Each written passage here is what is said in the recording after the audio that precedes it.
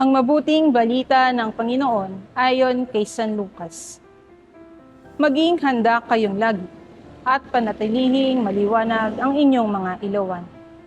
Tumulad kayo sa mga aliping naghihintay sa pag-uwi ng kanilang Panginoon, buhat sa kasalan, upang kung ito'y dumating at kumatok, ay mabuksan nila agad ang pinto.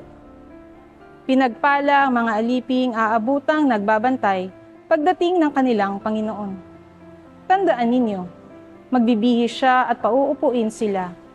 Ipaghahanda sila ng pagkain at pagsisilbihan. Pinagpala sila kung maratnan silang handa pagdating ng Panginoon, maging sa hating gabi o sa madaling araw man. Sinasabi ko sa inyo, kung alam lamang ng may-ari ng bahay kung anong oras darating ang magnanakaw, hindi niya pababayaang makapasok ito. Kayo man ay dapat na humanda, sapagkat darating ang anak ng tao sa oras na hindi ninyo inaasahan. Ang mabuting balita ng Panginoon.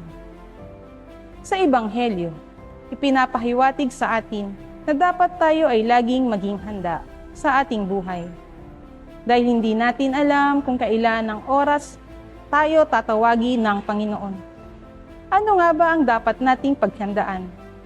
Ang dapat nating paghandaan ay ang magkaroon tayo ng magandang lugar sa langit at makapiling ang ating Panginoon. Kung kaya't habang nabubuhay tayo, ay magtanim na tayo ng magagandang binhi dito sa daigdig, upang sa pagdating na tinawag tayo ng Panginoon, ay makapag-ulat tayo ng maayos sa Kanya. Manalangin po tayo.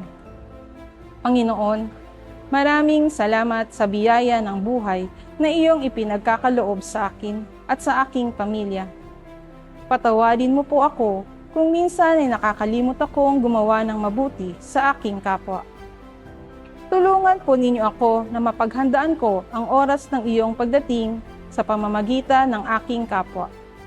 Naway manatili akong mabuting tao.